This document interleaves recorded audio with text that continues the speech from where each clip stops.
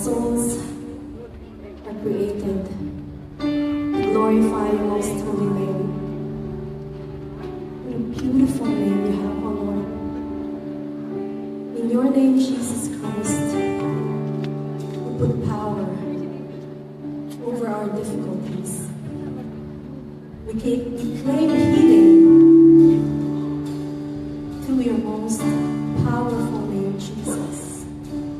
To wipe away all our tears, to comfort us, to fill us with your peace. And so we say your sweetest name, Jesus. Oh Jesus, you know all our concerns, oh Lord. And sometimes we don't have the words to cry out our feelings. The King only, Lord. You know that we cling to you. And we say your name, Jesus, our precious Jesus.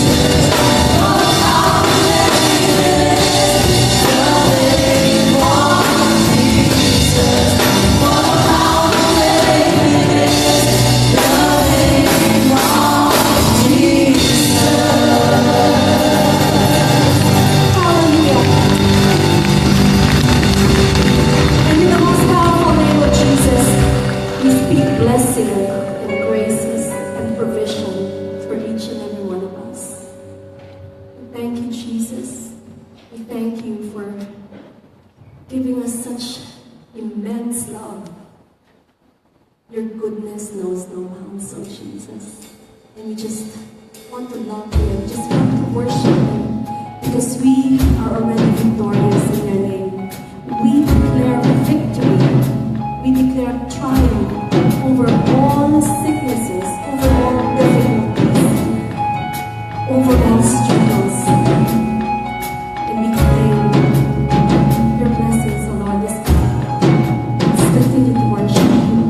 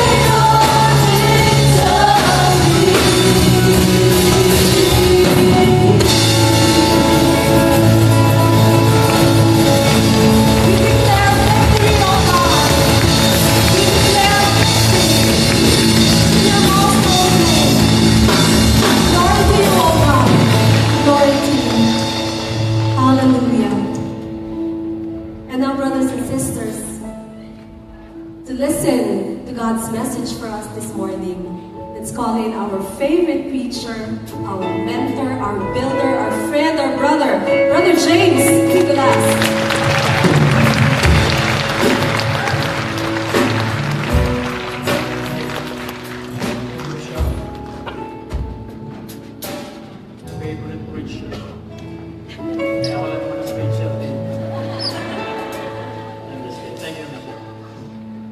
Can you greet the people around you? Good morning.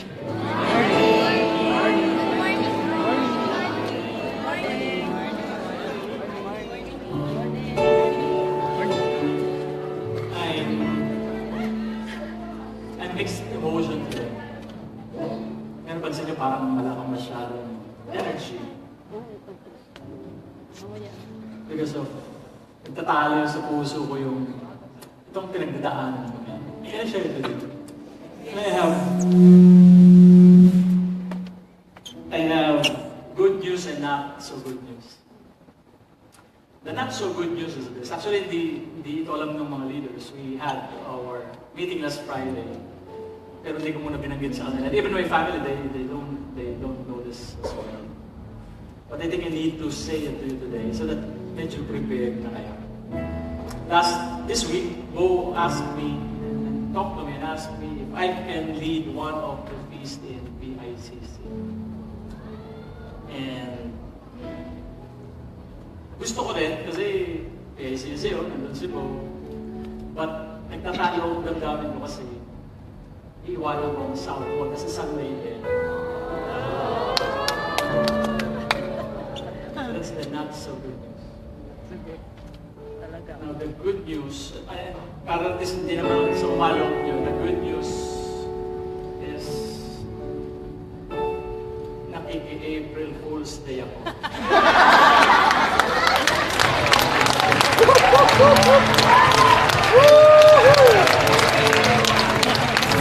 Parang iba, parang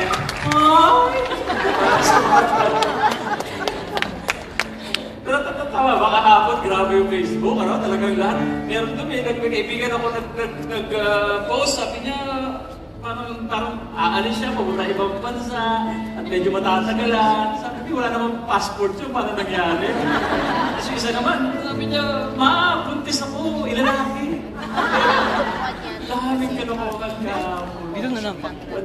Ganun yata talaga naman dating ng April 1. Talaga, hindi ka pwedeng hindi manloko. So,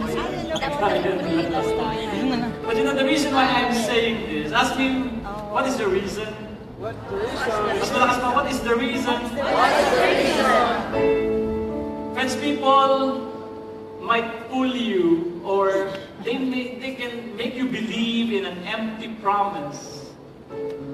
But whenever God promised something, He will not fool you because He cares for you.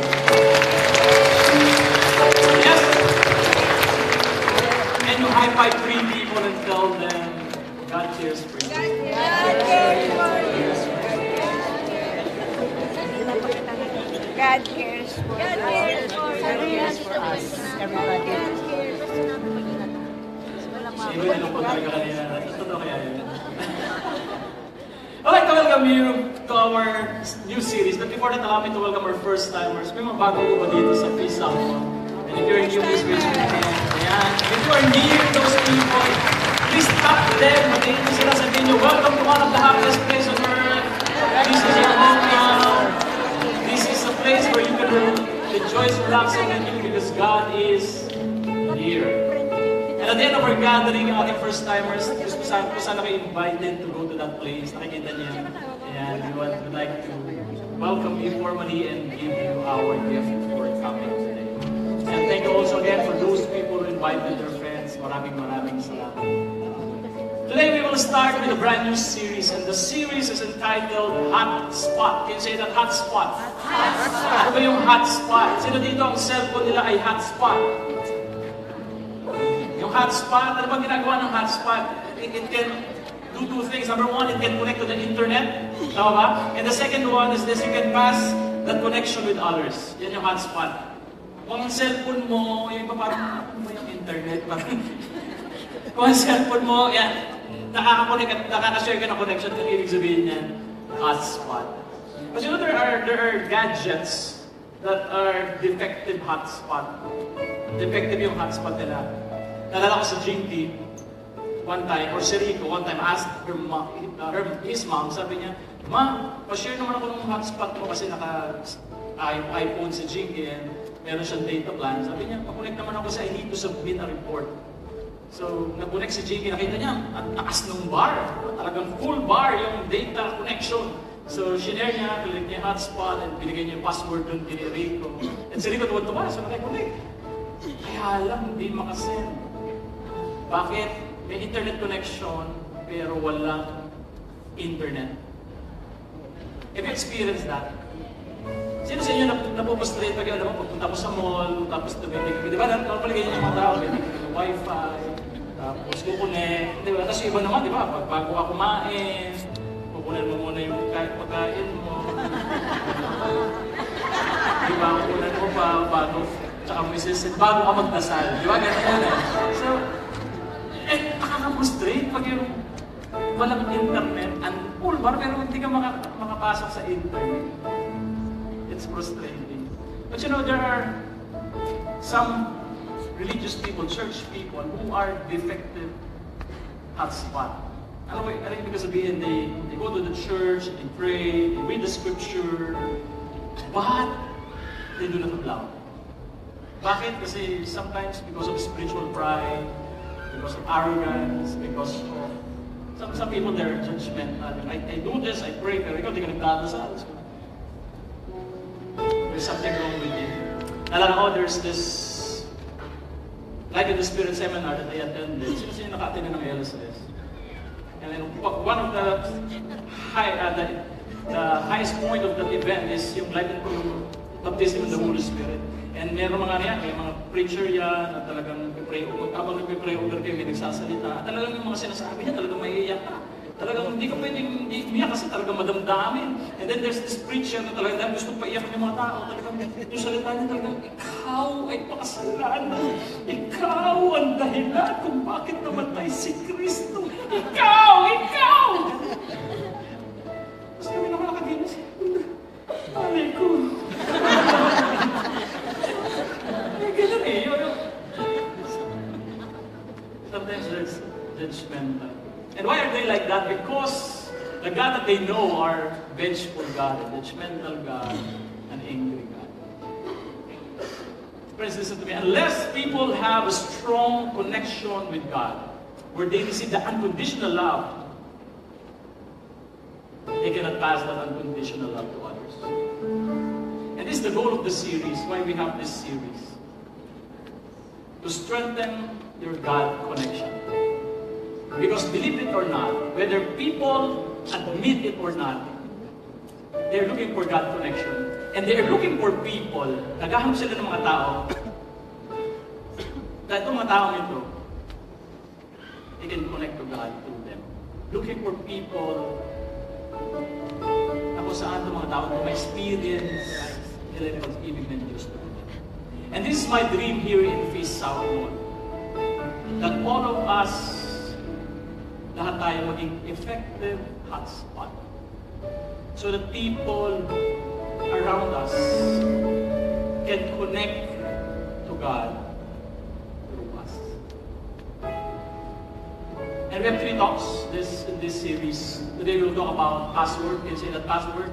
Password. We'll talk about how to hear God's words. Second, next week about sing. We'll talk about the Holy Scripture, and the last one is network. Say network. Network. We'll talk about how to be blessed through the spiritual family. So are you ready? Yes. And if you're ready, let's pray our prayer here in the feast. Let's declare God's presence as we pray. In the name of the Father, and of the Son, and of the Holy Spirit. Amen. Today we'll talk about password. Today, I receive all of God's love. Today, open myself to the unbounded, limitless, overflowing abundance of God's universe. Today, open myself to God's blessings, healing, and miracles. Today, open myself to God's word, so that I become more like Jesus every day. Today I proclaim that I am God's beloved, I am God's servant, I am God's powerful champion, and because I am blessed, I bless the world in Jesus' name. Amen. Thy word is the lamp unto my feet and the light unto my path. Our reading came from Luke 2, verse 46 to 48. But allow me to give you a short background. Jesus, together with Mary and Joseph, from Galilee, they went to Jerusalem to worship God. Because they worship God in the temple. Because Jews believe that God is in the temple and they can only worship God in the temple. And God is, well, doon lang siya, wala sa ibang lugar. And pagpalit nila, nawawala si Jesus, they cannot find Jesus. Hindi dahil sa hindi marunong mag-alaga si Joseph and si Mary. And then, in fact, if you look at how they travel, normally it's a 4 days travel from Galilee to Jerusalem. When we went there, sa basa, about 305 kilometers. Pag nakabas ka, mga 2 hours. But during their time, you have to walk. And it will take you 4 days to 7 days. Depende kung gaano kayo marami. Kung marami kayo mas mabagal. Sa kailan mas maikli. So 4 to 7 days. And normally they travel separately. Women and men. Yulay. At ito na yung nangyari. Bumalik sila sa Jerusalem. At nakita nila si Jesus. 3 days after they finally discovered him, he was in the temple, sitting among the teachers of the law, discussing deep questions with them and amazing everyone with his understanding and answers. So 3 days, sabihin, nandun na.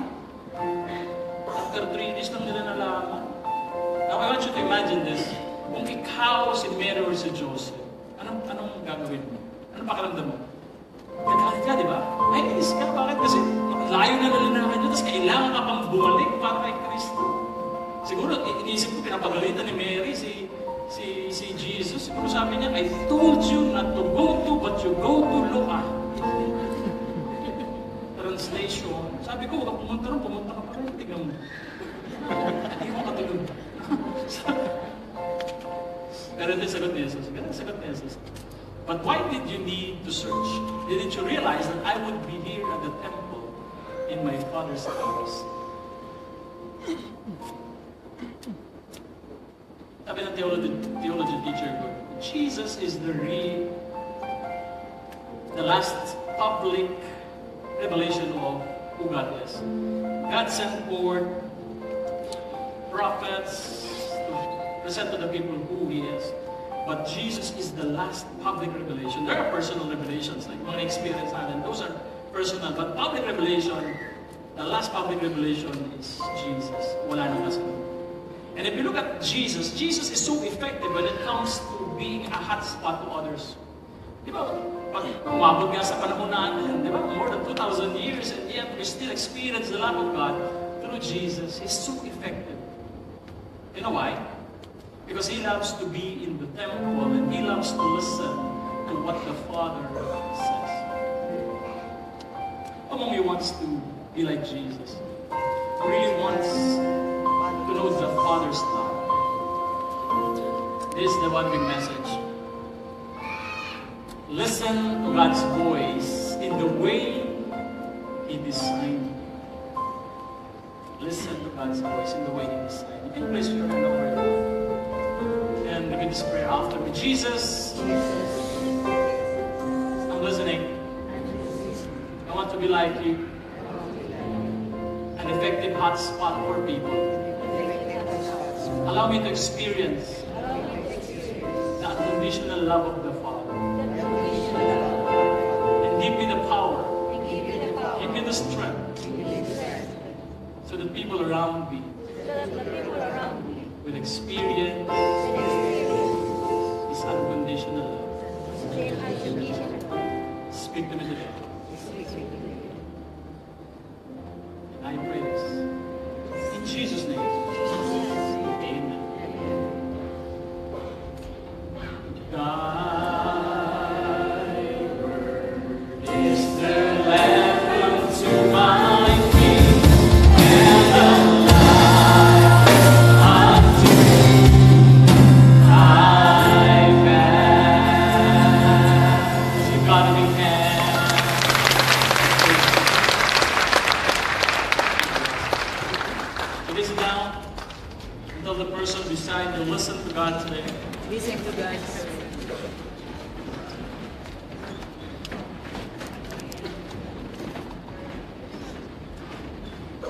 How many believe that God would like to connect with you every day? It is the reason.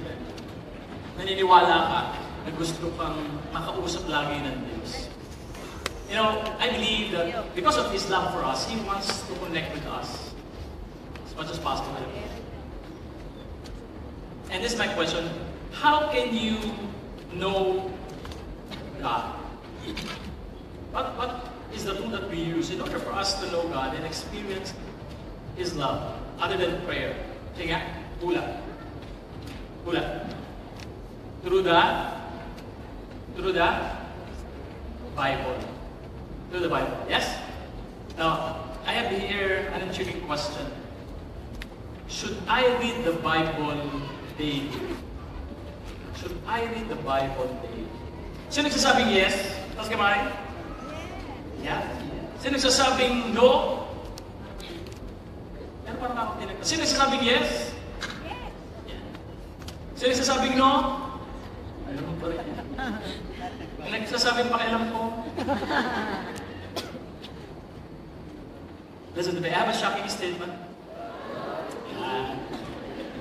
Ulitin natin para malawan ng mga bago. I have a shocking statement. Daily Bible reading is 1,000% recommended, but is not required to please God or grow spiritually. Wala na. Ulitin ka. Bible reading daily is 1,000% recommended, but is not required to please God and grow spiritually. Talaga ba nagulat kayo? Gusto niyo lumabas? Huwag muna kayo bumayha kasi baka sabihin ako, ano ito tinuturo ni Brother James? Mali na yata ito. Mamaya na kayo umumayha. But allow me to explain to you. Allow me to explain. Anong ibig ko sabihin dito? Because this is an intriguing answer as well. You know, people in the Bible, mga tao sa Biblia, didn't read their Bibles every day. They did not. They did not. Moses, Abraham, prophets, they didn't read the Bible every day. New Testament, Peter, John, James, they did not read their Bibles every day. You know why? Ask me why. Why? Kasi wala pang Bible noon. Bible noon. During the 1500s, wala pang Bible. Before 1500s, wala pang Bible. Until such time, 1454, Johannes Gutenberg invented the printing press. Doon pa lang nagkaroon ng Bible. And you know, the Bible, bago kaya nagkaroon ng Biblia, the monastery monks, they write the Bible word for word. Word for word. Kaya kung gagawa ka ng Bible, normally, ang isang book, halimbawa, book of Matthew, book of Luke, before you can finish that book, it will take you 1 to 2 years. So, ibig sabihin, if you have 72 books in the Bible, it will take you 1 year just to have one Bible. Grabe, no? Ganun, kaya ang mahal din ng Bible. That's why it is not required. Now, if the Bible is, or Bible reading daily is a requirement for spiritual growth, then, tama ba? People prior to 1500, all of them were spiritually immature. Tama ba? Bakit? Kasi masayan mo Bible eh. But they are not reading the Bible. They don't have Bible yet. So, ibig sabihin, immature sila. Tama ba? Pag tinignan mo yung ganun logic, tama na? But if you look at their lives, these people, the Christians, those people who follow Jesus, they died for Jesus. Di ba? Namatay sila. Dahil sa pagsunod kay Kristo, iba doon. Punta ng ulo, remember my talk last week, si James was killed, beheaded. Si Peter was killed to the cross, pinako siya pabaliktad. Ang dami sa kanila namatay. Some of them were stoned to death. Is that immaturity? Di ba? Yeah. They're so faithful. And if reading the Bible or daily is the only way to please God, di kawawa naman yung mga, alam mo yun, napakabait na tao, but They're illiterate. Mababait pero hindi marunong magbasa. Oo, naman sila. Tama? Or, swerte naman yung mga, alam mo, babasa ng Bible, nakakabasa sila, but they do not have love in them. Sabi sa Bible, love one another. Pero ginagawa nila, they love another one. Sabi sa Bible, go and multiply. Ano ginagawa nila? They multiply and then they go. Iiwanan na yung sa buhay. Tapos marami ng anak iniiwan na. Di ba? Now friends, listen to me. We have to understand the difference between recommendation and rules. Sabi niyo, recommendation? Rules. There are religious people who have this tendency to turn recommendation into rules. Ano ibig sabihin? When I was a young Christian, doon sa community namin, ay naku, kailangan ka sumunod sa mga rules. I have so many guilt feeling at the time.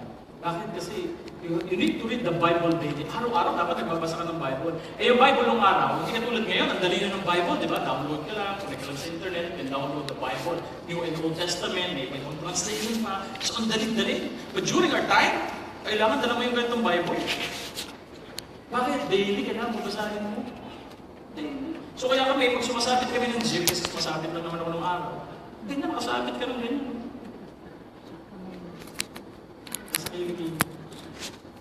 Kaya pag babasa kami, hindi namin nababasa na maayos. Kasi pagbukas mo gano'n. Pwede lang, di pa uso yung nagda-dieword ako. Pero kundi mga tao na siguro naglalayuan. Di ba? Ang hirap. Hindi lang yan. You have to pray daily. Daily prayer. At pati rosary. Sino dito nagro-rosary? Pati rosaryo, kailangan magdasal ka araw. Mag-rosaryo araw-araw. Tapos meron pa kami isang leader. Sabi doon, if you love the Lord, then you should pray the rosary daily. Yung hirap na yun. Hirap na. Kahit anong gawin mo, kailangan mag-rosaryo ka kahit hindi mo gusto. There's this Chinese kami kasama, may isang inchi kami kasama, hirap na hirap. Pag-pray ng rosary, bakit? Kasi unang-una yung language niya, may barrier na. Pag nagpe-pray siya, sabi niya, abagin ng umalya, napupuno ka ng glasya. Hirap na hirap. So, pero pinipilit niya, bakit? Kasi dapat araw-araw. Kaya isang araw, nakita ko ng chick na to, sabi niya gano'n, nagdadasal, medyo tahimik lang. Pero sabi ko, kaya yung narinig ko, parang inchi. So, pinakinggan ko. Kasi pare-preso sinasabi, sabi niya, palayo-rin, palayo-rin, palayo-rin, palayo-rin. Tapos pare-preso, abagin ng umarya, di ba? Palayo-rin, palayo-rin. Ikaw na yan, ano pinapin mo? Sabi niya, rosary. Sabi mo, dapat Holy Mary, Mother of God. Hindi mo po ulit-ulit, palayo-rin. And then there's this mom. Ito naman, sa sobrang busy niya, dahil sabi, kailangan araw-araw mag-rosaryo, dahil sa pinapasok na niya sa busy schedule, ganito ang prayer niya. Minsan, dahil sa dami tumatang ko sa isip pag nagdadasal siya, sabi niya, Aba, Ginong Maria, napupuno, ay, yung pinto, pakisara yung pinto, pag pumasok yung alikabok, napupuno ka ng grasya, ang Panginoong Diyos ay sumasayo. Ay, yung aso, pakitahimik, ang ingay ng aso, buod ka pinagpala sa babaeng lahat, at ay, yung plancha, nakalimutan ko, pakibulot mo nga, masunog yung damit. At pinagpala naman ng, ay, naku, nakalimutan ko yung timba, pakisara mo nga, yung gripo, baka mapuno, masayang ang tubig. Yung anak na si Kristo. Ganyan, dasal. Kaya pag tagal-tagal, ganito na yung prayer niya. Aba, Ginoong pinto, pupuno ka ng grasya, ang aso ay kumakahulog at pinagpala sa babaeng plancha at pinagpala naman yung anak na timba. Ganun ang prayer.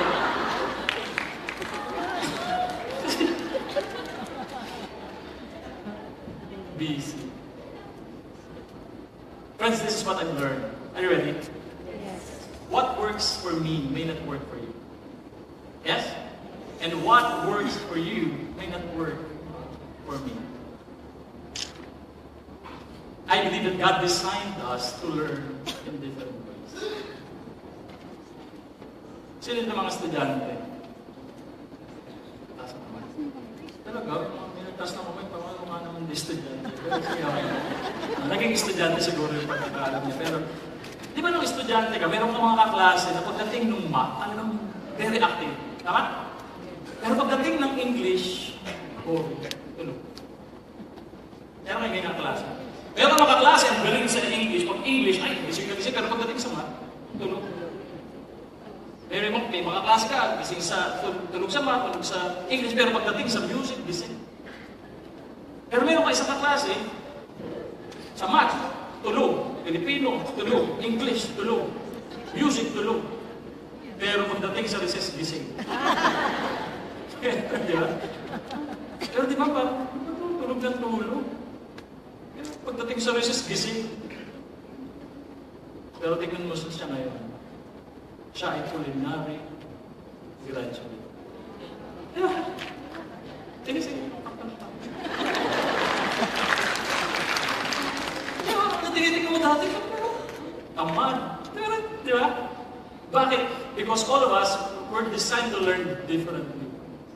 Ngayon, the schools now, they are using different techniques in learning, methods in teaching.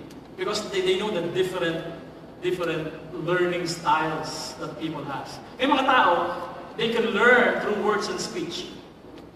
Pag may writing, yan, galing gising sila dyan. There are people that are so good in visual, they can learn through visual. Kaya meron tayong mga pictures, may mga videos, ay, makukuha may attention yan. Or aural, they're so good in music and sounds, they can learn from that. Naalala ko nung nag-aaral ako pag nagre-review, kailangan may music.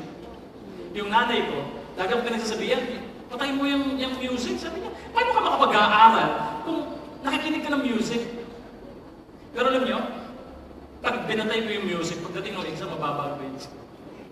Pero pagka tuloy-tuloy lang, pagdating ng exam, pag naalala ko yung tugtog, naalala ko rin yung pinag-aralan. Ang taas na grades. Lalo na pagkatabi ko yung first order.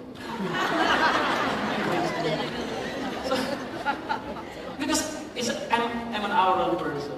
There are people, physically naman, yung learning style niya, activities, kailangan may mga body movements they will learn from that. Or there are people who are logical. Yung reasoning, systems, yan, madali nila matutunan yan. Or social, yung mga group activities, group dynamics, may mga taong ganyan. And there are people who can learn alone, solitary. So all of us have different learning styles. But for the longest time, our traditional school, they apply only these two things. Or style of learning, verbal and logical. Lectures, reading. And sad to say, even the church, we employ these two things. Kaya pansinin mo yung mga priests, pastors, yung mga preachers. Di ba minsan yung mga pare, nagagalit sila sa music. Tama ba? Nagagalit sila sa music, ayaw nila na maingay, ayaw nila ng banda. Meron mo kayo nakilala ng parang ganyan? Kaya pagdating mo rito, di ba? Dito ka kaiba. May banda, iba yung worship. Pero dito sa amin, keyboard lang. Kasi there are priests, they believe that yung ibang instrumento, lalo na yung gitara, ay galing sa demonyo. That's the instrument of the devil. Kasi if you look at the scripture, si Lucifer, ano yan eh? Gitarista yan. Kaya dapat sa simbahan, keyboard lang. Tama? Kaya bawal ang banda. Kaya hindi naalala ng pare na yung keyboard, ginagamit din ni Dracula. Para ano? But there are people who are aural. So, ina-apply ngayon, ito lang ginagamit ng simbahan dati. Verbal and lectures, or lectures and reading. Why? Because most preachers, most pastors, most priests are highly verbal. That's why reading the Bible for them daily fits them. Now, tanong ko ito, paano naman yung iba? But how about the others? Na iba yung learning style. Friends, listen to me. That's why these religious activities like reading the Bible, prayers, novena, are highly recommended. Because it is important. Importante yan. But it is not a rule to follow. The only rule God wants us to follow is the rule of love. There's only one requirement. All these things recommended to achieve the rule that is love God with all their hearts, mind, strength. And love your neighbor as yourself. Yes? Baka mo ang kamay ng kapatid mo. Sabihin mo nga sa kanya, I have decided to love you. Sagutin mo naman siya. Pwede ba sagutin? Sabihin mo sa kanya, ako din. Kasi wala akong choice.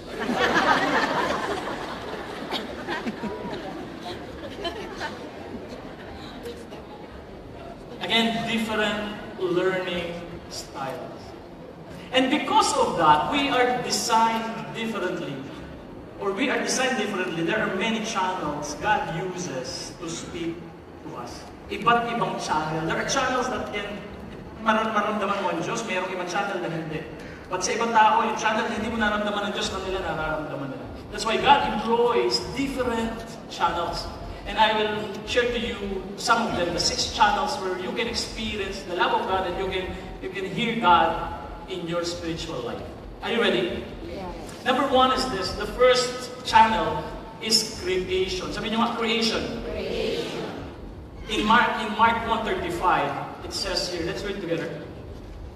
Very early the next morning, long before daylight, Jesus got up and left the house.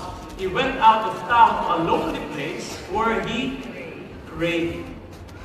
Si Jesus, every morning, bumupunta sa isang solitary place in nature, is in the midst of the creation of God, and speaks to the Father and listen to God.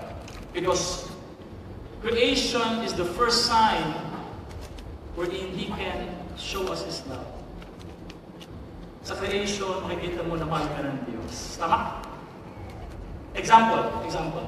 Sino sa inyo naniniwala na ang puno ay creation ng Diyos? Di ba ba? Di ba? Do you believe that God created that tree because He loves you?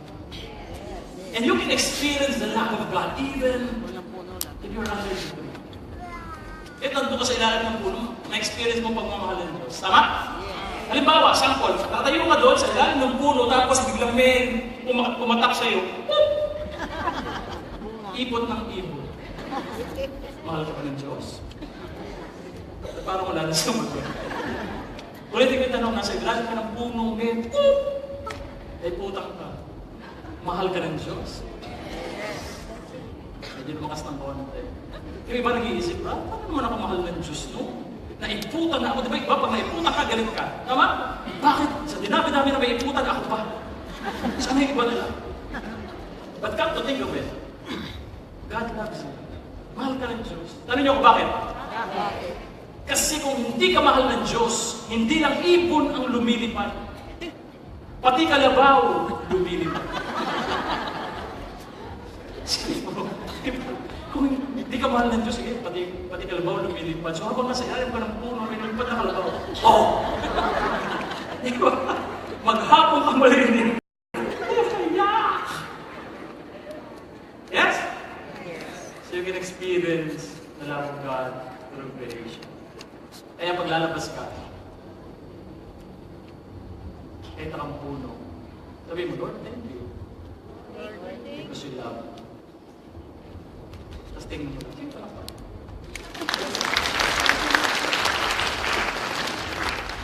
Tapos tingnan mo lang, siguraduhin mo lang, nakalabaw. So that's the first one, creation. Let's go to the second one. God can speak to us and experience the love of God through the church. Yes? Tayo mga Katoliko, we believe also with what we call the sacred tradition, the teaching of the church. We are not sola scriptura, only Bible alone.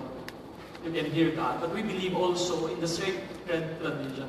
Because during the early church, nung after ni Jesus, maiwan yung mga apostles, you know what they did?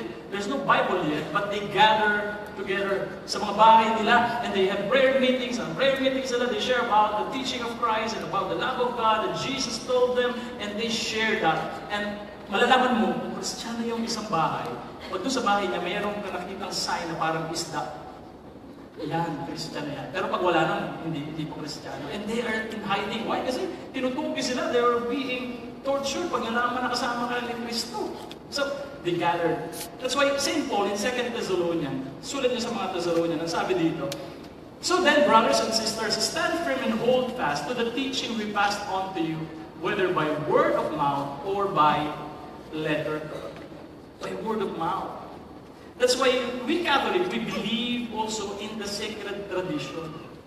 Kasi dati wala namang Bible, hindi pa nasusulat ang Bible. And the reason umabot sa atin yung tungkol sa pagmamahal ng Diyos through Christ is because of the tradition that the church teaches us. God speaks to us through our church. God speaks to us through our spiritual leaders. Yung mga pare natin, yung mga bishop natin, we can hear God from them. Even if sometimes there are leaders or church leaders na parang against doon sa politika. But they still can speak the wisdom of God. And God also can speak to us through our sacraments and sacramentals. Sabi niyo nga, sacraments and sacramentals. Kasi we believe in the tradition. And these are the traditions that was passed on to us. Like sacraments, ilan ang 7 sacraments? Very good. So 7 sacraments yan. And ano ba yung 7 sacraments? Meron tayong Eucharist, di ba? Merong confession, anointing of the sick. So ito yan. And also we have sacramentals. Ano naman yung sacramentals? Ito yung mga nobina, Station of the Cross, yung crucifix, yung scapular. All these are traditions passed on to us. The sacraments were instituted by Christ, but sacramentals were instituted by our church. Now, why do we have sacraments and sacramentals? Bakit tayo meron pa nito? Ba't hindi na lang Bible? Why do we need to have sacraments and sacramentals? Ask me why. Because people have a short-term memory. Madaling makalimot sa pagmamahal ng Diyos. Dumaan ka lang ng konti sa pagsubok, nakalimutan mo na agad na mahal ka ng Diyos. Nagkaroon ka lang ng konting trials, hindi na ako mahal mo. That's why we have sacraments and sacramentals to remind us that God loves us. Mahal ka ng Diyos. Ayan. Crucifix. That's why all this are important to us. Sabi ng isang sociologist, there are 4 characteristics of good-looking person. Gusto niyo malaman if you're a good-looking person? Sino gusto mo malaman? Taas nga kamay. Eh, iba ang dinagtas ng kamay kasi alam niyo na kaya good-looking talaga kaya. But for those who would like to find out, there are 4 characteristics of a good-looking person. Number 1, sabi nila, mahiyain. Number 2, madaling mag-sorry. Number 3, makalilimutin. And number 4,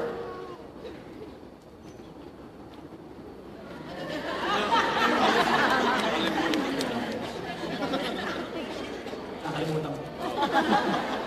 Nakakaya naman sa inyo. Sorry.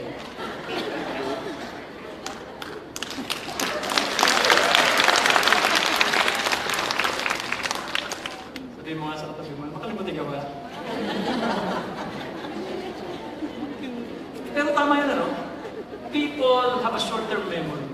When we have problems and difficulties, madali natin makalimutan na mahal tayo ng Diyos. That's why the church instituted the sacraments and sacramentals. So why? Because the church wants you to know that whatever it is that you are going through, God loves.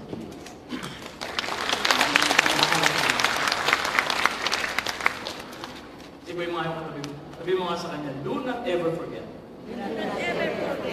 That God loves you. Yes?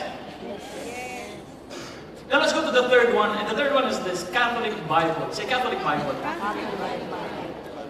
We can experience God or God can speak to us through the Catholic Bible. Now why Catholic? But hindi lang Bible. You know, if you look at the Bible, a lot of people, they thought that the Bible is a Protestant tradition. Pero, alam niyo ba that the Bible is a product of the Catholic Church? Sa atin nagsimula yung Bible. During the first 300 years after Christ, wala pong Bible and mostly are the writings of the disciples. Kaya nga si Paul sa Thessalonian, sinusulatan niya yung mga churches. So they're writing to these Christian churches, reminding them about Christ. Kaya maraming sulat.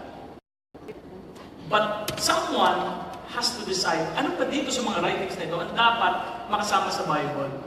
That's why in 382 AD, in the Council of Rome, the Catholic Church gathered all the writings and they decided which of this ang dapat kasama sa Bible.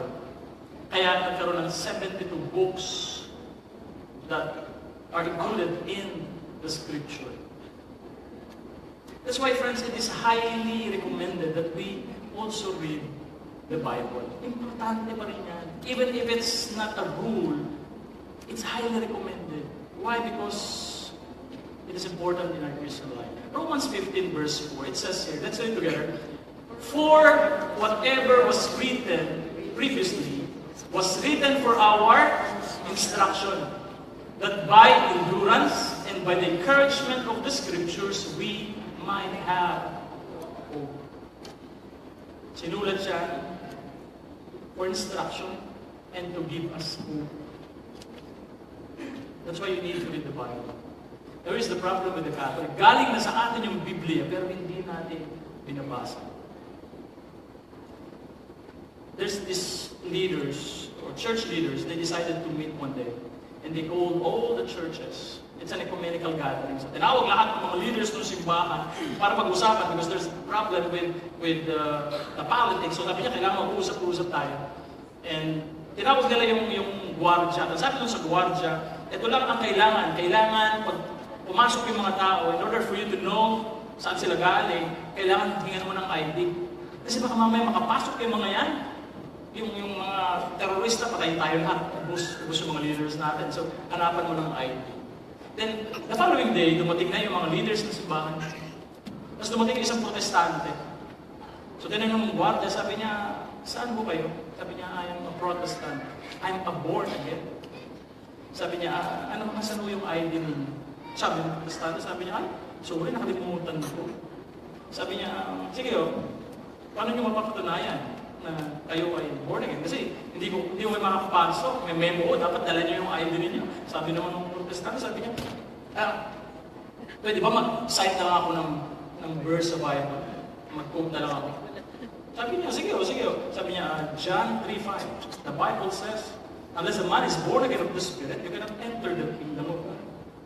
That's why you have to allow me to enter because I'm born again. Sabi naman, born again nga ako. Pasok kayo. So, pumasok. Tapos maya, dumating naman yung Iglesia ni Cristo. Nakalimutan din yung ID. Sabi niya gano'n, nakalimutan ko yung ID ko. Sabi ng guardia, paano niyo mapapatunayan na kayo ay Iglesia ni Cristo? Meron mo ba kayong Bible quotation? Sabi niya, meron. Romans 16:16. At ang sabi doon sa Romans 16:16, magbatian kayo ng may halik sa pisngi upang malaman nila na kayo ay Iglesia ni Cristo. Sabi nung guardia, Iglesia ni Cristo nga ako, pasok ko kayo. Pumasok. Tapos dumating yung Katoliko. Nakalimutan din yung ID. Malas-malas. Tapos sabi niya gano'n, Katoliko, sabi niya, sige asan ID niyo? Nakalimutan ko. Sabi niya, Bible ko. Bible? Anong Bible?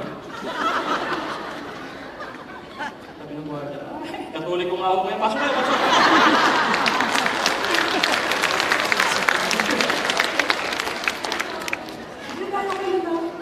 Sa ating galing, pero hindi tayo kailan magbabasa ng Biblia. That's why you need to read the Bible. Because God speaks to us through the Bible. Yes? Hawakan mo ulit. Kamay na katabi mo. Sabihin mo nga sa kanya, read your Bible. Ito pala, just an addition. If you want to know if your Bible is Catholic, you need to look for these two things. Number one is nihil obstat. Sabihin niyo mga nihil obstat. Yan yung unang hanapin mo. And the other one is imprimatur. Ano yung mga yan? Ito yung mga signature ng bishop na dumaan niya sa pag-aaral nila, tinignan nila kung tama ang translation. Pag wala yan, your Bible is not a Catholic Bible. So, but if you want to read the Catholic Bible, then look for nihil obstat and imprimatur. And because this is important in our Christian life, we will devote a one talk and that will be discussed next week. Yes? So that's the third one. Now let's go to the fourth one. Conscience. Sabi niyo nga, conscience. In Romans 1 verse 19, let's read together. For the truth about God is known to them instinctively. God has put this knowledge in their hearts. And also in Jeremiah 31, I will put my new law in their mind and write it on their hearts. Naniniwala ba kayo that God can speak to you through your conscience? Yes. You know, our conscience is an outcome of our God-created goodness in us. Kaya tayo may konsensya. Kaya pansinin niyo pag meron kayong nagawang mali, nagsinungaling ka, kahit white lies lang. Di ba parang sama ng pakaramdam mo? Tama ba? Nakukonsensya ka. Yes? Why? Because you are created with goodness. Ginawa ka ng Diyos na mabait. Pero mas meron kayong pinanganak ninyo, sigan. Nagkakaroon na ng away. Meron mo na. Nilabas mo na baby. May hawak na alak, miscarriage. Wala pang bisyo. We are created with goodness. Kaya ikaw naman, tuwa ka pagka nakakagawa ka ng maganda. Tama? Parang katulad ng isang estudyante na kakilala ko. Tuwa siya pagdating niya sa school nila, sabi niya, Ma'am, saya-saya ko. Sabi niya, bakit? Kasi yun, nakagawa ko ng kabutihan. Sabi niya, anong ginawa mo? Sabi niya, tinulungan ko yung matanda, tumawid. Sabi niya, talaga, bakit sugot-sugot yung mukha mo? Kasi yung ayaw tumawid, kinalmot ako. Ayaw ko na tumawid, tinulungan. Pero saya mo, di ba? Bakit nakatulong na? Conscience. Tingnan mo yung katabi mo. Mukha bang may conscience niya? Ba't tinawanan mo? God can speak to us through our conscience. And you know, connected with this conscience is what we call the personal revelation. Can you say that? Personal revelation. It is God directly speaking to our hearts. Minsan mapapansin mo yan in your prayer time, yung parang biglang inausap ka ni Lord. That's your conscience. But listen to me, we should be very discerning because it might be abused. In personal revelation. There are people, alam mo yan, sinasabi nila, alam mo, ako ang group leader dito, kaya sabi sa akin ng Lord in my prayer time, iwalayan ko yung asawa ko at pakasalan ko or kasamahin ko itong magaling nating worship leader. Why? Kasi magiging powerful ang tandem namin, preacher and worship leader. Kaya iwalayan ko yung asawa ko. Okay ba yun? Tama ba yun? Di ba? O kaya may lalaking lalapit sa'yo, sabi sa'yo, alam mo, Miss, nag-pray ako kay Lord, tapos ang sabi, tayong dalawa na. Ako ay para sa'yo, at ito ay para sa akin, ano sabi ni Lord? Ano sasagot mo? Ano sasagot mo? Kung ikaw ay sabihin mo? Eh,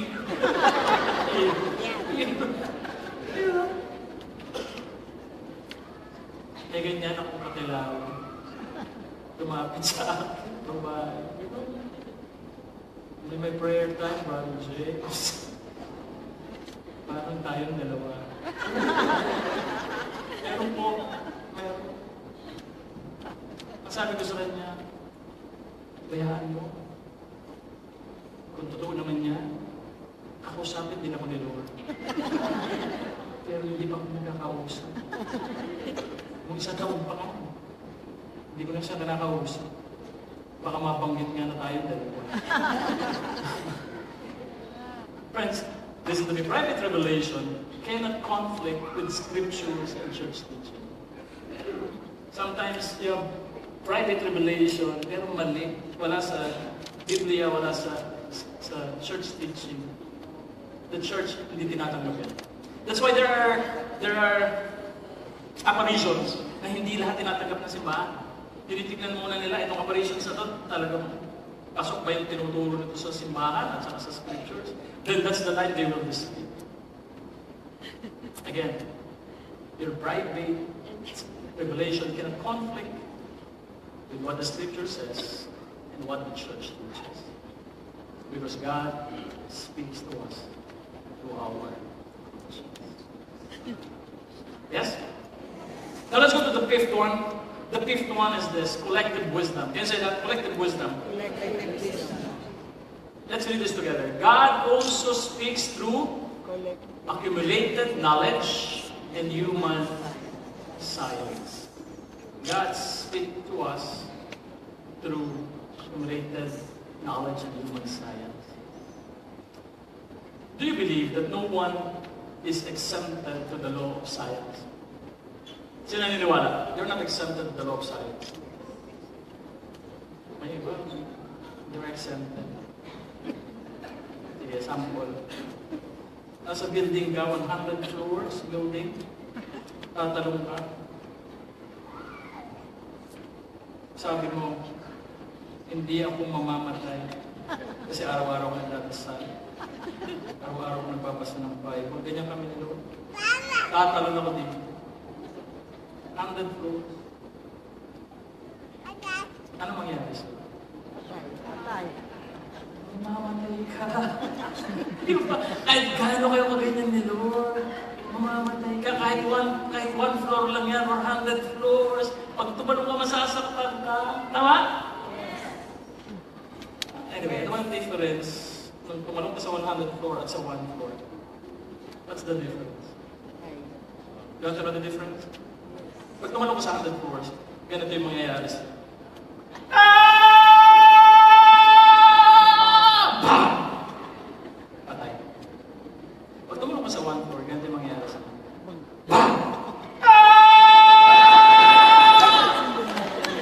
Yun ang difference. Salam niyo na ha? Salam niyo na. So mamili kayo kung malapit ka kay Lord, mamili ka kung 1 floor or 100 floors. But you know, you are not accepted to science. The law of science. Pag sinabi, magbabagsak ang mababagsak. Walang tumalon sa building ng pataas. Tama? Nakita bakit tumalon sa tumaas? Gano'n kayo ka-close to Lord? Hindi lang yan. If you're driving your car at 80 kilometers per hour and you will make a U-turn without slowing down, what will happen to you? Mamamatay ka. Di ba? Mamamatay ka. Bakit? Because of the sin? Ano ba? Sandali po ka? Or sandali po tayo? Basta mamamatay ka. Kasi no science yan. So, tatapong ka. That's why science is also important. We also can hear the voice of God through science. Another example, creation or evolution. Who believes that you are created by God? Ang magitan ng kanyang salita. Sino naniniwala na siya galing sa unggoy? Laro ka na nagtaas ng mga yan. Merong isang bata. Sabi niya, may assignment siya between dapat tayo galing, creation or evolution. Sabi niya gano'n sa tatay niya, Tay, sabi niya, meron akong assignment and my teacher wanted to know, saan nga ba tayo galing? Galing ba tayo sa Diyos? Galing ba tayo? Or are we, sabi niya, Darwin theory, nag-evolve from monkey to being a man.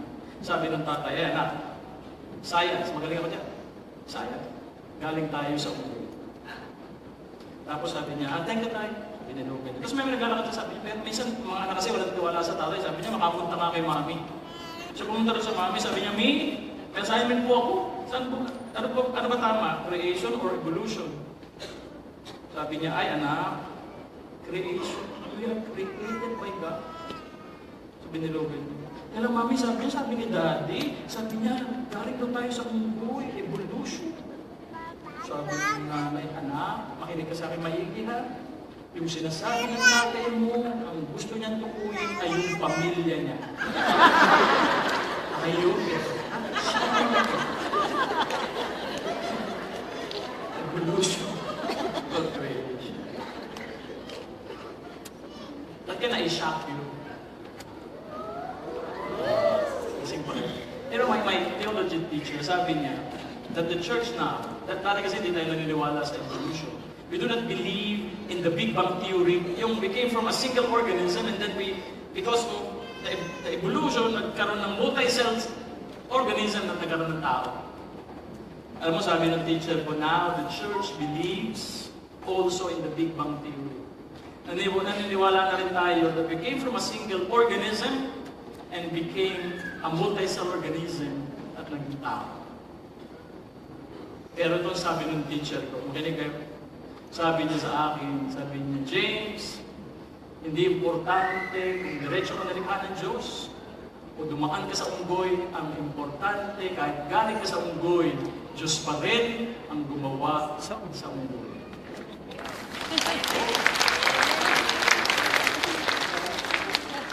Kaya pag tinanong ka about evolution or creation, sinaniwala sa creation. Sinaniwala na tayo galing sa unggoy din. Ayun, nagtaas na kamay, sabihin mo, congratulations. Congratulations. At nag-evolve ka. Pero di ba okay na yun?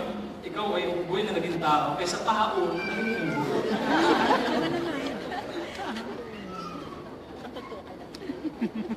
Now let's go to the last one. God can speak to us through our circumstances. Can you say that? Circumstances. God can speak through your reality. God can speak through your reality. You know, God speaks through our experiences. Sabi ng teacher ko that every experience can be a God experience. Because nothing exists outside the presence of God. That's why every experience that you have, whether it's good or bad, it can be a God experience. Because no one and nothing exists outside the presence of God. That's why whenever you pray, do not pray in the name of the Father, the Son, and the Holy Spirit. Let's put ourselves in the presence of the Lord. That's wrong. Because no one exists outside His presence. We're always in the presence of God. That's why whenever you pray, your prayer should be like this. Let us remember that we are in the presence of God. Anong ibig sabihin? That whether you are experiencing a good life or experiencing difficulty in life, you are in the presence of God, and God is telling you, I'm with you, and I'm in control.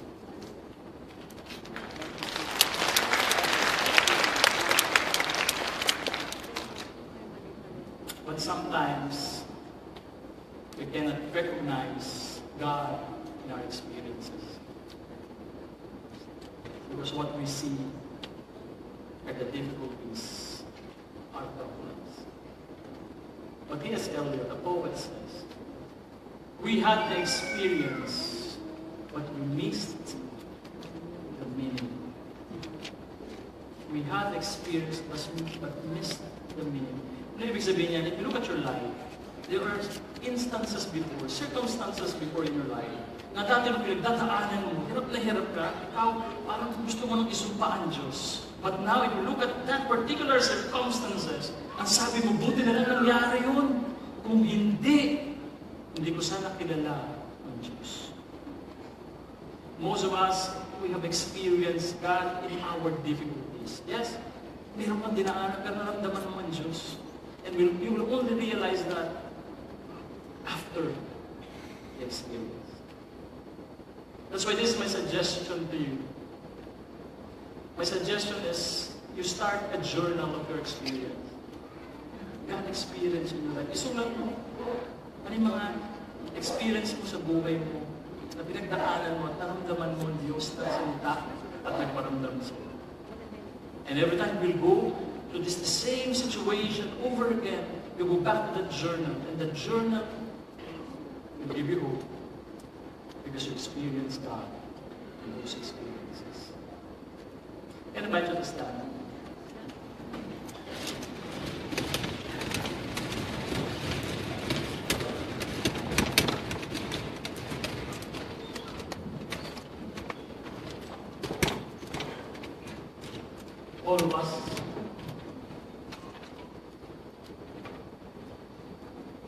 very important. Allow me to end this talk with the story of the Samaritan woman. Nung galing kaming Holy Land, nadaanan ko yung dinaanan ni Jesus going from Galilee to Jerusalem. And there are two stories in the Bible. The first one is the one I read about 12-year-old Jesus going to Jerusalem and worship God. And another story is Jesus, malaki na siya, starting his ministry from Jerusalem, from Galilee. He went to, or he's planning to go to Jerusalem to worship again. And this time, he passed through the land of Samaria. At nakita ko yung lugar na yan. Nakita ko yung lugar na yan. Tinuro sa amin mismo ng tour guide. Sabi niya, this area, these are Samaria, and a lot of people are there. The Samaritan people. And you know, ano yung Samaritan? Samaritan are crossbreed between Jews and the Assyrians. Kasi dati, the kingdom